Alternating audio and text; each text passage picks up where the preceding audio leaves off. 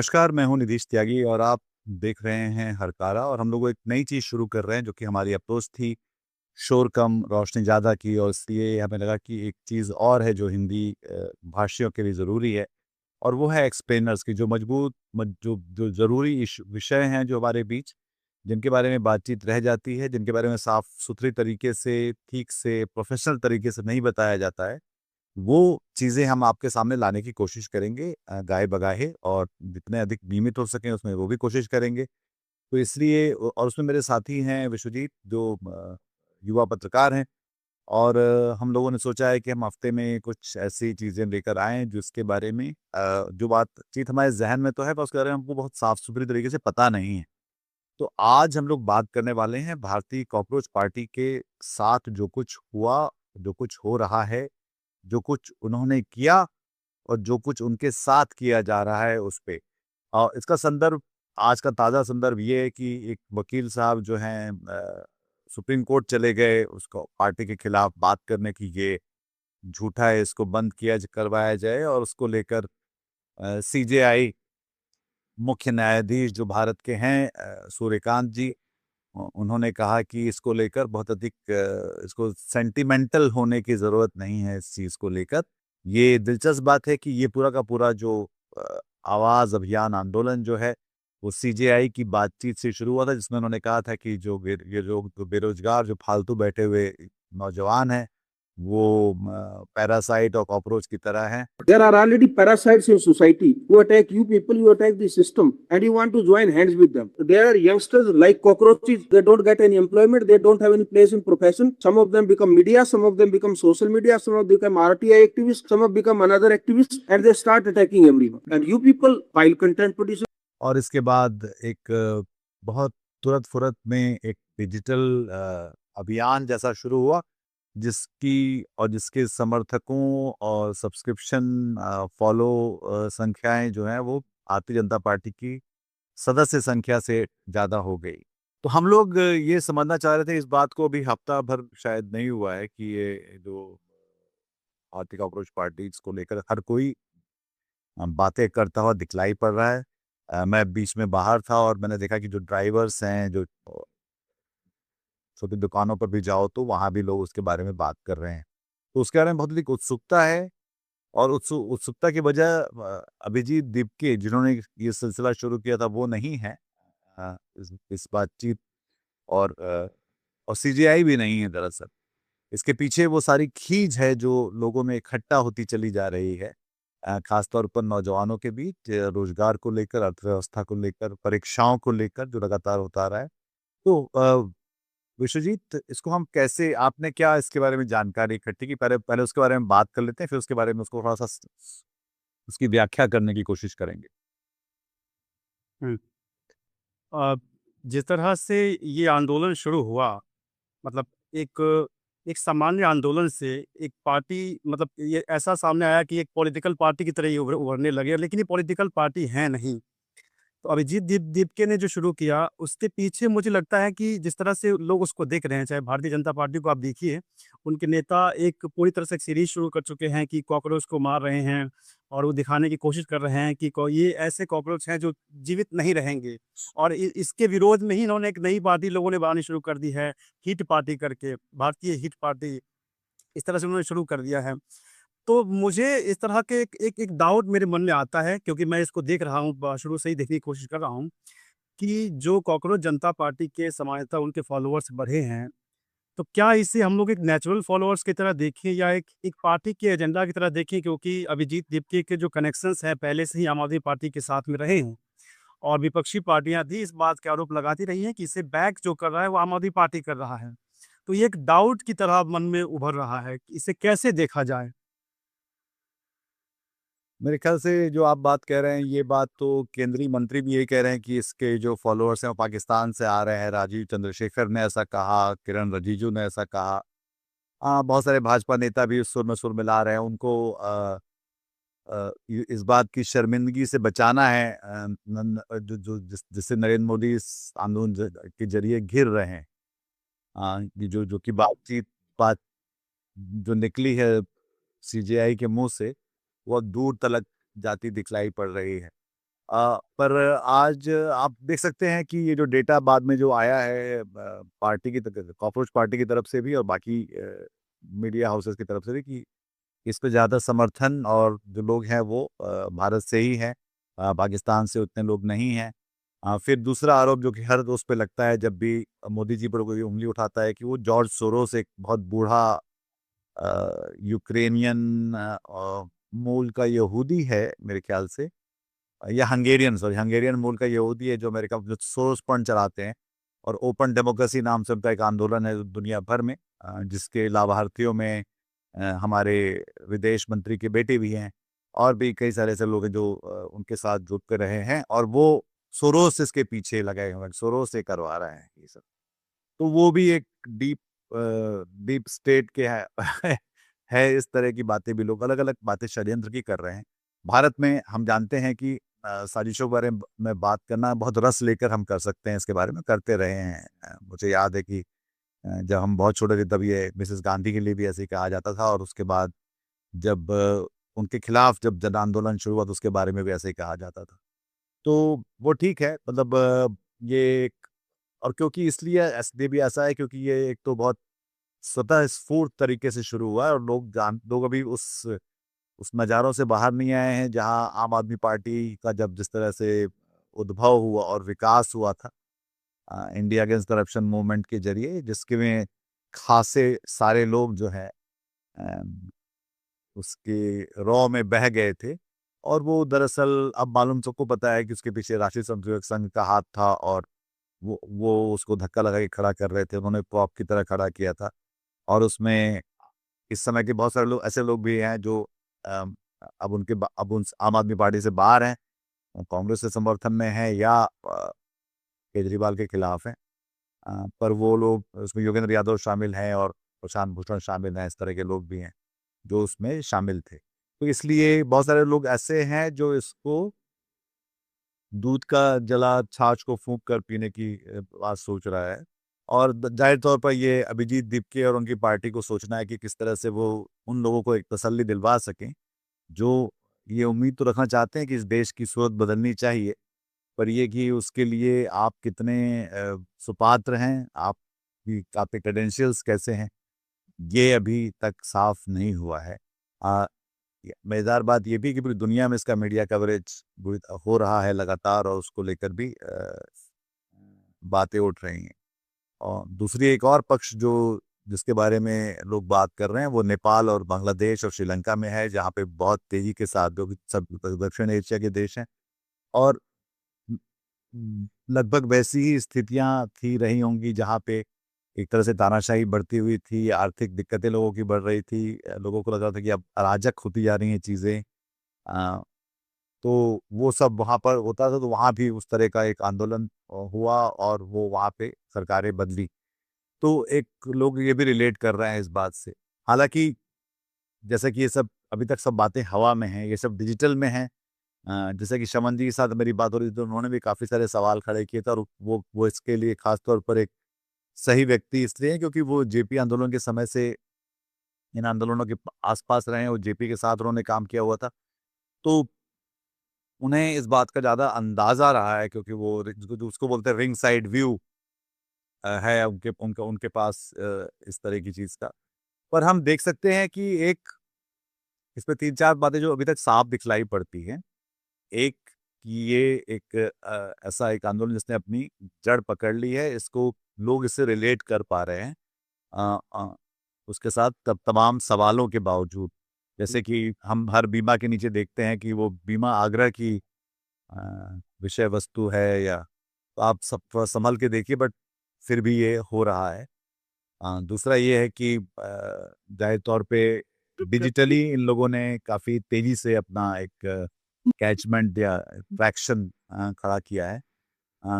तीसरा ये कि बीजेपी के कुछ लोग इसको लेकर थोड़े से बिलबिलाए नज़र आते हैं, पर वो सचमुच ऐसा है या नहीं है क्योंकि वो आम आदमी पार्टी को लेकर भी इस तरह की बातें करते दिखलाई पड़ रहे थे। आपको ये तो नहीं याद है कि नहीं रामदेव का एक पूरा वीडियो था जिसमें उनको औरतों के कपड़े पहन के भागना पड़ा था उस दौरान जो इंडिया अगेंस्ट करप्शन के समय में। तो रामदेव बाद में सबसे बड़े चीयर लीडर साबित हुए नरेंद्र मोदी के और उनका आम आदमी पार्टी से कोई बाद में वास्ता या वो चीज़ नहीं दिखलाई पड़ी। तो ऐसे बहुत सारी चीज़ें लोगों को याद हैं अभी भी और वो उन यादों से बाहर निकल पाना बड़ा मुश्किल है। और साथ ही और क्या आपको जानकारी इसमें मिली है इसको लेकर? ऋषि जी। एक एक एक कांग्रेस पार्टी की तरफ से हम उस प्रतिक्रियाओं को देखते हैं। कांग्रेस पार्टी की तरफ से बहुत सारी चीज़ सामने आई है कि कांग्रेस पार्टी ज़मीन पे है, कांग्रेस पार्टी दिन-रात काम कर रही है, लेकिन उनको इतना ग्रोथ सोशल मीडिया पे नहीं मिला या उन उतना तवज्जो नहीं मिला जितना कॉकरोच जनता पार्टी को मिला। तो क्या हम इसे एक सामान्य घटना की तरह देखें कि ये सोशल मीडिया पे ही रह जाएँगे या फिर ज़मीन पे भी उतरेंगे या इसके कुछ और भी मायने हो सकते हैं?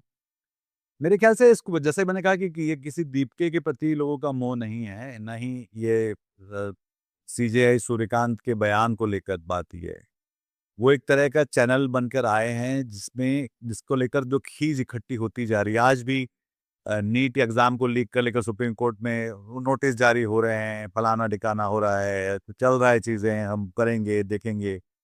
हाँ, 16 से 20 लाख लोग एग्जाम देने जाते हैं, वो पेपर लीक हो जाता है, फिर दोबारा पेपर ठीक से नहीं करवा पा रहे हैं सरकार जो है। अ, आप देख पाते हैं कि पेट्रोल के दाम पिछले 10 दिन में तीसरी बार बढ़े हैं अभी। तो सबको समझ में आ रहा है कि सरकार चला नहीं पा रही है जो मोदी जी और मोदी जी का जो कैबिनेट है, वो ठीक से चला नहीं पा रहे हैं, ना वो लोगों को बता पा रहे हैं कि हम ठीक से नहीं चला पा रहे हैं, तो कब तक नहीं चला पाएँगे। 12 साल हो चुके हैं उनको ये सब करते हुए। तो वो खीज लोगों में अब बढ़ती जा रही है और साथ में मेरा मुझे ये भी लगता है कि जो हमारे पास इस समय का जो राजनीतिक टेम्पलेट है, उस टेम्पलेट में इस बात की गुंजाइश अब काफ़ी कम होती जा रही है कि लोग अपनी आकांक्षाओं को ठीक से चैनलाइज़ कर सकें। ख़ास तौर पर अगर हमने बंगाल में भी चुनाव देखे जिसमें हर 10वां व्यक्ति जो है वो वोटर्स लिस्ट से बाहर हो गया, बाहर कर दिया गया। तो 1/10वां हिस्सा जहाँ पे वोट देने लायक ही नहीं रहा दरअसल जो है उसको उसका उसका अधिकार ही छीन लिया गया। बिना इस बात की तसल्ली किए या तस्दीक किए कि वो सही वोटर था भी या नहीं था। तो इन सारे मामलों में जब आप देखते हैं तो उसके वो जो खीज गुस्सा इकट्ठा होता जा रहा है और जनता के पास एक ऐसे प्रेशर कुकर बदलती हुई नजर आ रही है जिसमें कोई सेफ्टी वॉल्व नहीं है, जिसमें सीटी बननी शुरू नहीं हो सकती। तो वो फट पड़ने वाली स्थिति बन बन जाती है, जो कि मुझे लगता है कि भारत में क्योंकि आप जगह नहीं देंगे, तो फिर ये सब भी होगा। पर साथ में ये इस तरह का जो मामला होता है उस हवा को निकालने का एक ये तरीका भी हो सकता है, जैसे कि श्रवण जी कह रहे थे, कि लोगों का फ्रस्ट्रेशन निकालने का एक तरीका हो सकता है, इस आपने एक छूट किया तो उसको बाद में इसको मैनेज कर दिया। वो मतलब वो आपने लोगों का जो फ्रस्ट्रेशन तो निकाल दिया पर उसको एक पॉलिटिकल उसमें लेकर नहीं आए, जो ज़मीन पर लेकर नहीं आए या उसको उन टेम्पलेट्स से चैनल से नहीं गुज़ारा जहाँ से राजनीति में उसका असर पड़ता है, यहाँ चीज़ें बदलती। ये इसका एक बुनियादी सवाल है जिसको लेकर अभी तक वो साफ-साफ उससे बाहर नहीं आ पाए हैं। क्योंकि हम ये भी देख रहे हैं कि ठीक है कि सरकार ने 1-2 चैनल 1-2 बार उनका जो अ, इंस्टा पे और बाकी जगह शायद कुछ कार्रवाई करके उसको बंद टेक डाउन करवा दिया था। फिर वो दोबारा शुरू हो जाता है, पर उसको लेकर भी सरकार के बारे में हम सब जानते हैं कि वो कितनी अधिक हमने देखा है जामिया के समय का जो आंदोलन था जेएनयू में जो कुछ हुआ था, किसानों के साथ जो कुछ हुआ था, शाहीन बाग में जो कुछ हुआ था या मणिपुर में जो कुछ हो रहा है, कि हम जानते हैं कि सरकार कितनी पहलवानों के साथ जो कुछ हुआ था, कि सरकार कितनी बेरु बेरु बे बेमुरवत होके पेश आती है लोगों के साथ में जब वो बहुत अधिक असहज हो जाती है उन सवालों से जो लोग उन पे पेश कर रहे होते हैं। पर वैसा कुछ करती हुई अभी वो फिलहाल नहीं दिखलाई पड़ रहे हैं। तो और क्योंकि ये अमेरिका में हो रहा है इसलिए ये इस बात को लेकर भी सवाल है कि भई ये भारत में क्यों नहीं हो रहा, बात के लोग क्यों नहीं कर रहे हैं? हाँ, लेकिन एक बात और है कि सर मैं देख रिसर्च जब कर रहा था तो मुझे ऐसा लग रहा था कि जो अभी कुछ दिनों को हम देखें ठीक से कार्यक्रम को देखें तो हमें दिखता है कि संवैधानिक अधिकारों का धीरे-धीरे हनन होता हुआ दिखता है। जैसे कि हमें बोलने का अधिकार है, हम अपनी बात रख सकते हैं, हम समूह बना सकते हैं। लेकिन आप देख रहे हैं कि इंस्टाग्राम अकाउंट्स डिलीट कर दिए जा रहे हैं, एक्स के पोस्ट डिलीट कर दिए जा रहे हैं और बिना कारण बताए। अब अभिजीत दीपिका के केस में ही देखते हैं, इनका भी अकाउंट हैक कर लिया गया, कई अकाउंट बंद कर दिए गए। तो क्या इसे एक सामान्य घटना देखा जाए इसे या लोकतंत्र के लिए इसे एक अलार्म की तरह देखा जाए? सरकार इसको खतरा मान रही, सरकार ने कहा कि नेशनल सिक्योरिटी थ्रेट है भारत की संप्रभुता के लिए। मतलब ये जो CJP 2029 वाला जो अकाउंट था ट्विटर पे, ये इसको इसलिए बंद करवाया गया, जो कि मिनिस्ट्री ने करवाया, जो इंफॉर्मेशन टेक्नोलॉजी की है। ये देश की संप्रभुता को अभिजीत दीपके के ट्विटर अकाउंट से खतरा है। मतलब इस बात को 2-3 इस वाक्य को शायद हमको 2-3 बार खुद से कहना चाहिए कि अच्छा ऐसा खतरा हो गया है, एक ट्विटर से एक लड़का वहाँ बैठा हुआ है, जिसके माँ-बाप यहाँ पर है, जो कि अभी 30 साल का है शायद, वो कॉलेज में पढ़ रहा है, अभी वो सिर्फ क्या बोलते हैं, छात्र है। अ, जो है शाज़िया इल्मी, जो आम आदमी पार्टी में रही थी और आजकल वो भारतीय जनता पार्टी का हिस्सा हैं। वो भी इसको कह रहे हैं कि ये कोई जो है ये बजाय सीरियस नहीं है, ये लोग जो हैं, इसमें कोई सब्सटेंस नहीं है इस बातचीत में। हालाँकि मुझे लगता है कि उनका जो पूरा कैंपेन है वो जैसे कि उन्होंने धर्मेंद्र प्रधान के इस्तीफे की माँग को पूरा नेशनली ट्रेंड करवा लिया। तो ज़ाहिर तौर पर वो एक चिंता का विषय है, क्योंकि मोदी सरकार तो परसेप्शन की सरकार है। ज़मीन पर तो मोदी सरकार ने भी जो कुछ किया है, अगर वो उसका सवाल-जवाब जब किया जाएगा और जब उसका हिसाब होगा, तो उनको भी बहुत मुश्किल होने वाली है। पर वो एक डिजिटल सरकार, तो उनको कोई मात दे पा रहा है उन्हीं के गेम में, ये एक बड़ी बात है। और ज़ाहिर तौर पे सरकार जो है वो उसको लेकर जिस तरह की बातें कर रही है, सरकार के लोग, भारतीय जनता पार्टी के लोग बातें कर रहे हैं, वो और दूसरी बात ये भी है कि जो जैसे आपने कहा कि हिट के बारे में, कि हिट पार्टी बनाई है। ये हिट जो है वो एक केमिकल है, जो जिसके ज़रिए हम अपने मच्छरों और कॉकरोच को मारते हैं, उसके नाम से। तो ये अलग अलग लेवल की बेहूदगी जो शुरू हुई है, वो भी साफ-साफ दिखलाई पड़ रही है। तो इन चीज़ों को लेकर ये शायद ये इश्यू है। एक इश्यू सर ये है कि जैसे मैं देख रहा था कि बार-बार जब भी कोई बाहर से कोई बात मतलब कोई बात देश में होती है और कोई अगर उसका मुद्दा को उठाता है, तो सीधा यही कह दिया जाता है कि ये तो एक फॉरेन इन्फ्लुएंस ऑपरेशन है, बाहर विदेशों द्वारा चलाया गया भारत के खिलाफ एक आंदोलन है, जो हमें एक कमतर दिखाने की कोशिश की जा रही है। चाहे वो ध्रुव राठी के मामले में हो, चाहे इनके मामले में हो, अभिजीत दीपके के मामले हो, क्योंकि ये बॉस्टन में हैं और वो जर्मनी में रहते हैं। तो इस तरह की बातें, क्या ये स्वीकार्य हो सकता है ये बात कि हर बार पाकिस्तान का एंगल दिखा देना, ये कि सब कुछ विदेशों से हो रहा है भारत के खिलाफ? मेरे ख्याल से मतलब एक तो बात ये है जो अभिजीत दीप्ति और उनकी कॉकरोच पार्टी कर रही है, पर मेरे ख्याल से उसके अलावा मतलब हम पिछले 12 साल से देख रहे हैं कि एक जो भारतीय जनता पार्टी के नेता और उनकी भाषा बहुत गरीब है। भाषा के स्तर पे वो लोग बहुत गरीब लोग हैं, वो लोग ढंग के वाक्य नहीं बोल पाते, ढंग के वाक्य नहीं लिख पाते। उनके स्पीच राइटर्स इतने घामड़ किस्म के हैं कि मैं मतलब जिसको मैं कहता हूँ कि मैं अपने न्यूज़ रूम में कभी कभी कभी भर्ती ना करता, अगर मैं जहाँ जहाँ भी मैं संपादक रहा हूँ उन जगहों को। तो ये इतने अजीब से वाक्य लिखने वाले और हर बात को मतलब छाती फुला के झूठ बोलना जो है, वो सब भी साफ-साफ दिखलाई पड़ता है। दम भरने वाली जो बात होती है, तो वो बहुत ज़्यादा होती है, तो इसलिए आप उस पे यकीन करना बंद कर देते हैं। मेरे ख्याल जितने शब्दों के अर्थ नरेंद्र मोदी के काल में बदले हैं भारत में, चाहे वो अमृत को लेकर है, चाहे वो मित्रों को लेकर है, चाहे वो क्या बोलते हैं, आप ढूँढ सकते हैं सारे शब्दों की, कोई 100 एक शब्द ऐसे निकल आएँगे आराम से, जो जिसका इन लोगों ने बिल्कुल बर्बाद कर दिया, उसका उसका मतलब ही खराब कर भक्ति, भक्त भक्त शब्द का मतलब जो है पिछले 12 सालों में एक एक एक अपना अर्थ खो चुका, है ना? हम भक्ति पोएट्रीज़ को एक सबसे सूफीज़्म के बगल में तो रख के देखते थे। भक्त नाम अब अपने आप में लगता है कि कितना एक जैसे कोई दंगाई निकल के सामने आ रहा हो, कोई गुंडागर्दी करने आ रहा हो, उस तरह से दिखा जा रहा है। अ, बजरंग दल जो आप देखिए, बजरंग जो पहले थे 12 साल से पहले और अब जो बजरंग का जो मतलब है वो क्या है? हर जगह वो एक एक गुस्से में हनुमान जो है कार के पीछे स्पीकर की तरह चिपका हुआ है। तो वो सब लगातार हो रहा है, भाषा का मतलब बदल गया है और उनको नहीं आता इस बारे में बात करना जो है, ये बात हमको माननी चाहिए, समझनी चाहिए और उनको तो शायद ये जानकारी होगी, पर उनका काम इससे चल रहा है। उनका काम इससे चल रहा है कि वो इस तरह की बकवास जैसे वाक्य लिख के, बोल के आगे बढ़ सकते हैं, जो कि भैंस चुरा के ले जाएँगे, मंगलसूत्र छीन लेंगे आपके। तो नरेंद्र मोदी खुद बोलते हैं इस तरह की बातें, जिसका कोई भी गंभीर मतलब नहीं निकाला जा सकता। तो जब देश का प्रधानमंत्री जब ऐसा बोल रहा होता है तो पूरा काडर, मंत्री, पार्टी के नेता, उनसे आप वो उनको भी पता है कि हमें हमें भी किस तरह की बातें कहनी है। तो वो वहाँ की दिक्कत दूसरी है। पर यहाँ जो मेरे ख्याल से इसमें जो बात आती है कि जो जिसको लेकर सवाल है इसमें जो कि अभी अभी ये बॉल प्ले में है तो ये आगे सामने आएगा। एक कि दीपके साहब जो हैं वो कितने जेन्युइन हैं और उनका इनिशिएटिव कितना मतलब उसको बोलते हैं कि वो कितनी ईमानदारी के साथ इसको कर रहे हैं।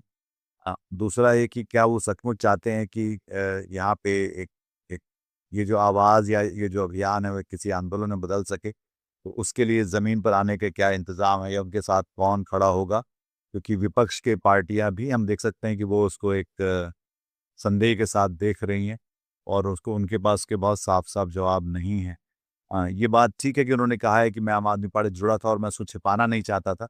पर उनका अब आम आदमी पार्टी के बारे में क्या सोच है, क्या समझ है? उनकी राज जिसको मुफ्ती की एक लाइन है कि तुम्हारी पॉलिटिक्स क्या है पार्टनर? तो वो आपकी पॉलिटिक्स क्या है? आप क्या करने निकले हैं यहाँ पे? तो ये एक बहुत महत्वपूर्ण बात है। सिर्फ़ एक डिसरप्टिव होना सिर्फ़ डिजिटल उस पे एक एक हल्ला हंगामा खड़ा कर देना से सूरत कैसे बदलेगी, ये सवाल जो है यहाँ तक पहुँचना ये एक महत्वपूर्ण बात है मेरे ख्याल से और जिसको लेकर उनको सोचना, समझना, देखना चाहिए। अ, और ज़ाहिर तौर पर ये एक और चीज़ दिखाती है वो और वो भी दीप के और सीजेआई के बारे में नहीं है। वो बातचीत ये है कि इस देश में कितना सारा लोगों के दिलो-दिमाग में कितना सारा बारूद इकट्ठा होता चला जा रहा है सरकार के प्रति असंतोष का और जिसे अगर चैनलाइज़ ठीक से नहीं किया गया, तो वो हम सब के लिए, इस देश के लिए, ख़ासतौर पर नौजवानों के लिए कितना अधिक खतरनाक होने वाला है। तो इस बातचीत को हम लोग अब यहाँ पर रोकते हैं और देखेंगे आप लोग इस बातचीत के दौरान उन सारी क्लिप्स को देख सकते हैं, जो डेटा को देख सकते हैं, जो कि इसके बारे में है। ये एक शुरुआत है हतारा एक्सप्लेनर्स की। तो अगर आपको ये बातचीत अच्छी लगी, तो आप हमको और भी खुद भी भेज सकते हैं कि आपको किसी चीज़ का एक्सप्लेनर हमारी टीम से चाहिए, क्योंकि हम आपके लिए तैयार करके हम आपको दिखाएँगे और उसके बारे में बात भी करेंगे ताकि एक उसको सिर्फ़ आँकड़ों, सिर्फ़ तथ्य के आधार पे नहीं, पर उसका अर्थात क्या है हमारे लिए, देश के लिए और हमारे लोगों के लिए, ख़ास तौर पर हिंदी पट्टी के लोगों के लिए, उसके बारे में हम लगातार बात करते रहेंगे। जैसा कि आप जानते हैं हरकारा मतलब शोर कम और रोशन ज़्यादा। नमस्कार। आज की ताजा खबर, आज की ताजा खबर, आज की ताजा खबर। आओ काका जी इधर, आओ मामा जी इधर, सुनो दुनिया की खबर।